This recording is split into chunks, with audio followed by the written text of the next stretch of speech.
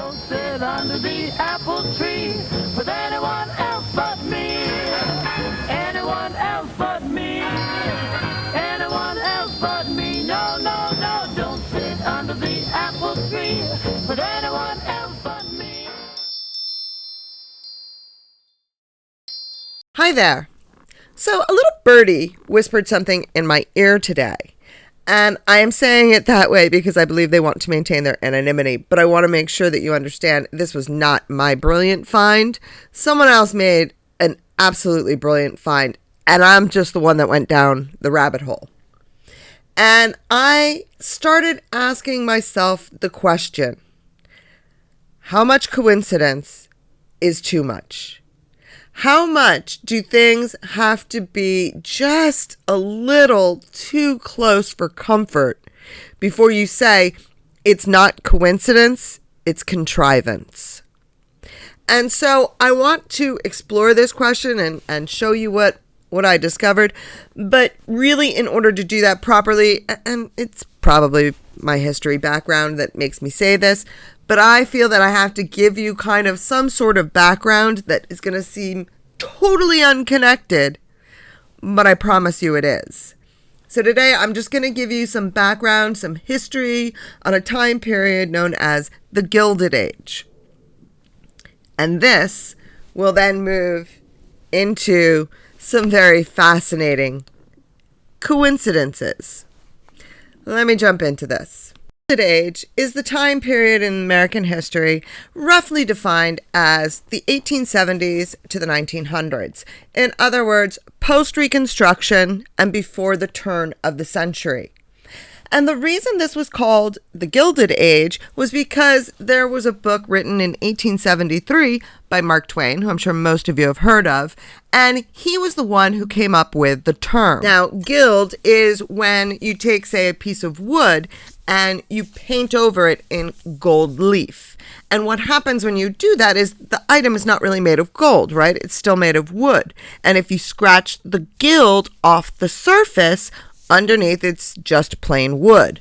And so the term the Gilded Age was coined because that time period, that 30-year roughly period in American history, was a time of tremendous growth, industrialization, wealth, privilege, but that was very lightly covering, a deeply corrupt underneath. And so the idea was if you scratched the surface of American society in that time period, you would see that underneath was not what it appeared on the outside. So this became known as the Gilded Age, a time when there were a lot of problems in society, but it was all covered over by this very wealthy elite that made it seem like America was more than it was, or better than it was. And that the Gilded Age came about was due to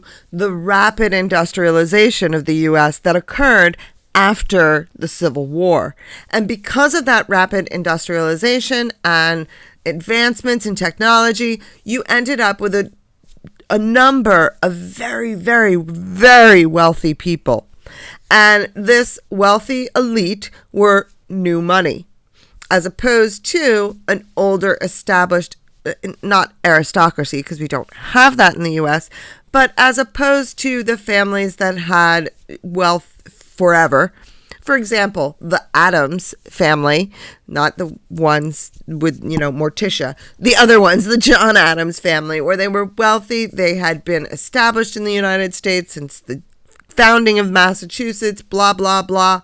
Well, no, in the Gilded Age, you had these new money people coming out, and they were incredibly wealthy. They could buy and sell the Adams and the Washingtons and the Jeffersons 5 times over. Certainly am simplifying this, but you're getting the point that I'm trying to make, that these wealthy people were suddenly, we're talking millionaires that had never existed before. We'd never had an aristocracy. We'd never had people who had this unbelievable wealth in the United States before, and now all of a sudden we did. And it wasn't just that they were wealthy in the United States, they were wealthy the world over. And so they were making money hand over fist, and they could now go to places such as the UK and buy and sell all the land, the landed aristocracy that was there. They were wealthier than them. Downton Abbey, Cora, Robert and Cora, that was the whole thing. He had the land and the title, she had the cash, and so together they made a unit that could keep the family and the estate going when other aristocrats no longer could because they didn't have the cash. So that was, the time period, and that's what we're talking about here. And what you started to see was this new class of the incredibly wealthy elite. You had the Carnegies, you had the Rockefellers, you had the Guggenheims, you had the Morgans. These are all names that you've heard a bunch of times. The Astors. And these people had more wealth than they could ever imagine spending in their lifetime.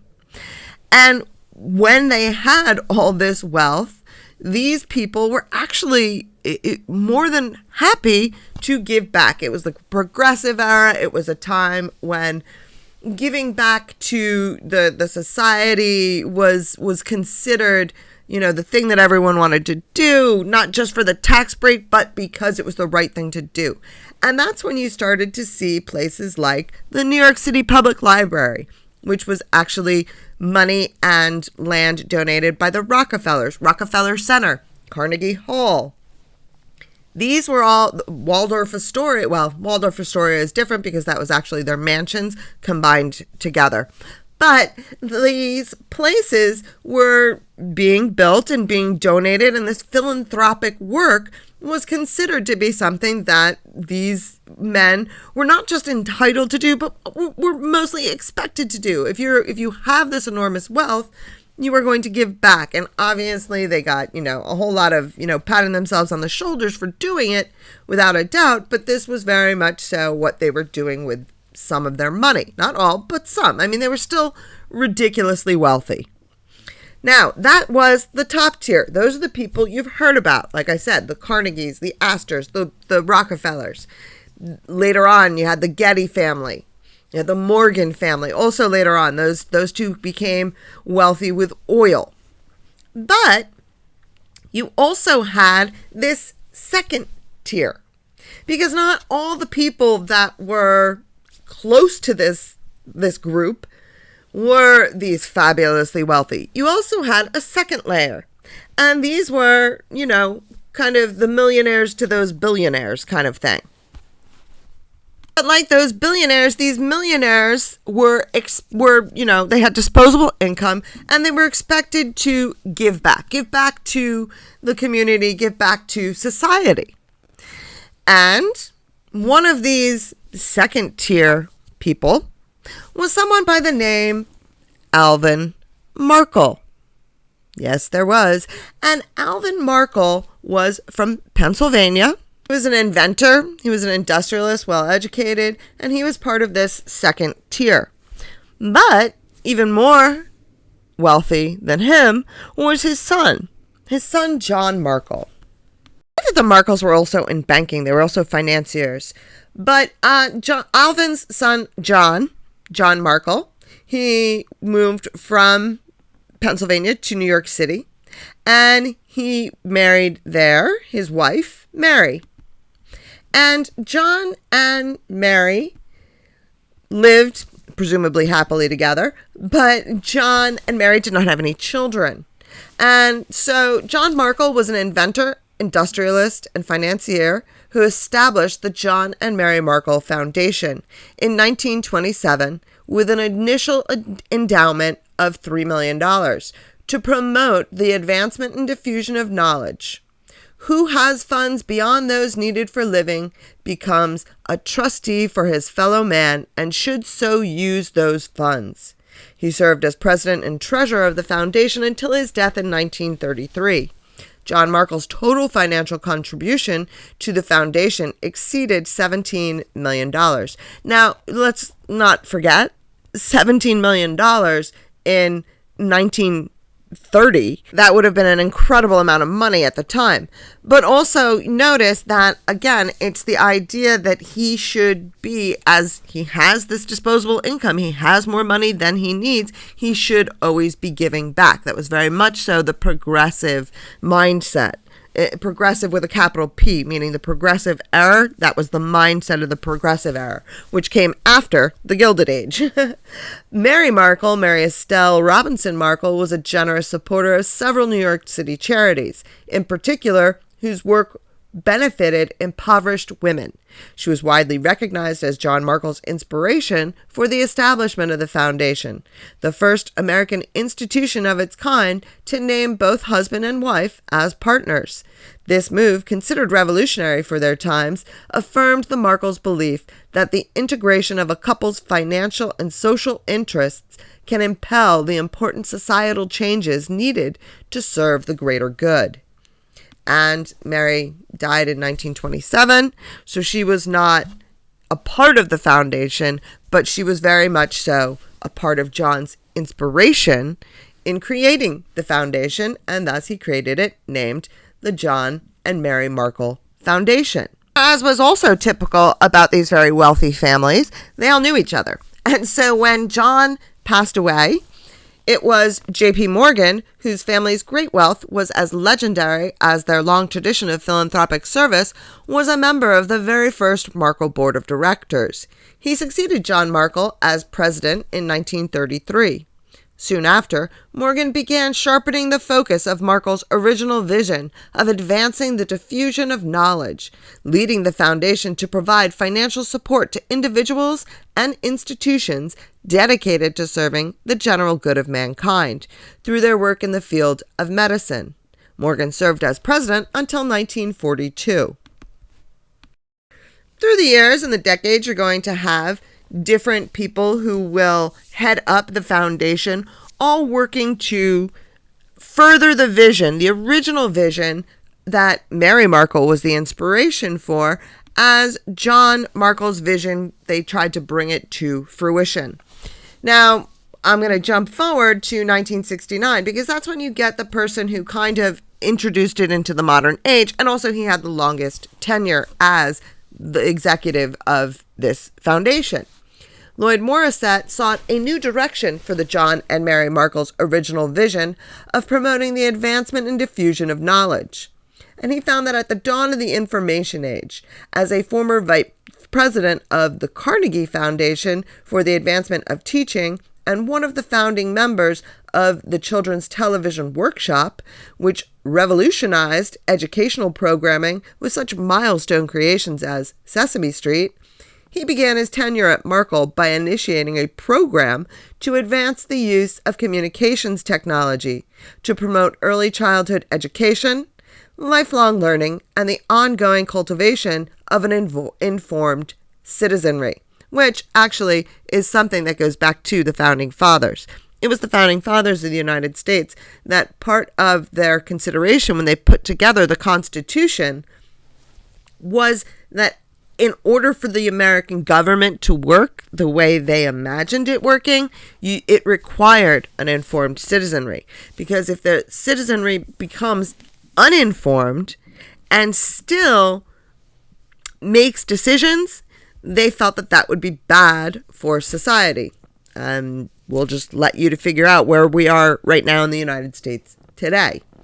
Anyway, Morrisett served as president of the foundation from 1969 to 1988. 98. Now, a couple things jump out at me at this point, right? So you have this foundation with a long-running goal of trying to assist the American workforce and to improve their position in the world and to improve their position, making it easier for disadvantaged people to join into the American experience in the idea of the American dream. Time changes, obviously they're going to, change with the times and kind of as society's needs changed, they adjusted and refined their vision and their goal. Now, looking through all of this to this point, in the Markle Foundation, I have to ask the question, with this foundation in existence, with such progressive intentions and clearly a very positive organization, how come we're hearing that Meghan Markle is related to Jack the Ripper, but no one found a way to relate them to this family? Because, I mean, here, how hard would it have been to convince us that this Pennsylvania family were actually connected to the Markles that we know about now in California? Thomas Markle Sr. was from Pennsylvania. He was born in Pennsylvania. Now, this is part one. This is the background. I am still looking into exactly where, if, and how they might connect to this family. But my question is this. This is the Markle family that we know and love. They're not afraid to tell a bit of a tall tale, to big themselves up and to present themselves regardless of the truth, if it puts them in a good light. How is it that no one found this and said, hey, let's link to this? They're not afraid to lie. So why wouldn't they mention this? Almost, you might say, keeping this under the radar so that people don't look at this too closely. Could that be it? I don't know yet. That's one of the things that I am investigating. But we go on. Now, 1998 was a very big year for the Markle Foundation, because that's the year that Zoe Baird became the CEO and president of the Markle Foundation. She has had a diverse career in law, government, technology, and business. At Markle since 1998, she has led broad collaborations to drive transformative change for the economic security, health, and national security of all Americans. Do you start to see the change in the language here? We're starting to hear a lot of those buzzwords that the people that we know and love are so famous for throwing into speeches, even if they're not actually saying anything with those words. But she formed the Rework America, the Markle Economic Future Initiative that has pursued opportunities for all Americans to participate in the economy of the future. Previously, she directed Markle's efforts to use information technology to reform the intelligence community. Let me repeat that, please. Previously, she directed Markle's efforts, that's the foundation's efforts, to use information technology to reform the intelligence community, to meet current threats and to drive improvements in the quality and cost-effectiveness of healthcare, work that led to passage of major federal laws and transformation of business practices. Can I repeat that a third time? Because that one line, I just really can't quite get over it. Previously, she directed Markle's efforts, the foundation, Markle Foundation's efforts, to use information technology to reform the intelligence community to meet current threats and to drive improvements. I don't want anyone that talks like this getting any sort of involvement in the intelligence community and any potential way to be the thing that's going to help us meet current threats. I'm sorry, that's just the way I feel. I digress. Because as disturbing as that one sentence is to me, and I promise you it's very disturbing, what disturbs me even more is that Zoe Baird no longer works with the Markle Foundation. No. She has instead moved to be a member of the Aspen Institute. Yep, that's right. Zoe Baird is the Aspen Strategy Group member, senior counselor to the Secretary for Technology and Economic Growth, and a part of the U.S. Department of Commerce. So what does all this mean? Well, it may mean nothing. it may just be a whole bunch of very wild coincidences that she just happens to have been a member of the Markle Foundation for 24 years and then goes and joins the Aspen Institute a little bit after Prince Harry does. Could be just a coincidence. And that's what the next few videos that I am going to do is going to look into. Is this all just a very wild bunch of coincidences? It may well be. There's the word coincidences because they do happen. And sometimes things are just a coincidence. But here's my question. How come a family is not too particular about always telling the true story wouldn't have claimed connections to this group? This group that also, by the way, you have people like J.P. Morgan and Gordon Getty all working along this same philanthropic foundation endowment kind of stuff. Why wouldn't Meghan Markle be out there telling the world that this is her family, that this is her roots, that she comes from this and this is her philanthropic efforts, and look at what a humanitarian they are? It's almost as though, as I mentioned, they didn't want this out there in the spotlight because then they'd be afraid that someone might look a little too close at this Markle Foundation and its links to the Aspen Institute and its Zoe Baird's links to Biden and how all these things connect to, say it with me everybody, the censorship industrial complex. Do these things all connect, or is this just one giant coincidence? So this was my first little introduction. My next video, I'm going to tell you all about the GovLab. And that is one of the leaders of the Markle Foundation who is involved in an organization known as the GovLab. And guess what the GovLab does? Just like Zoe Baird and the Markle Foundation, it deals with the intelligence community and how to keep us safe from our growing algorithmic threats. Yep, that's right. Then I'm going to also do a video looking at exactly who these Markles are. Because, sometimes, I think at least twice today, I said to myself, is Markle even really her name? And I know, and I trust me, I feel like a lunatic for even suggesting it, but you know what? Is it? Is it even her name? Or is this, and this is all just one fabulous coincidence?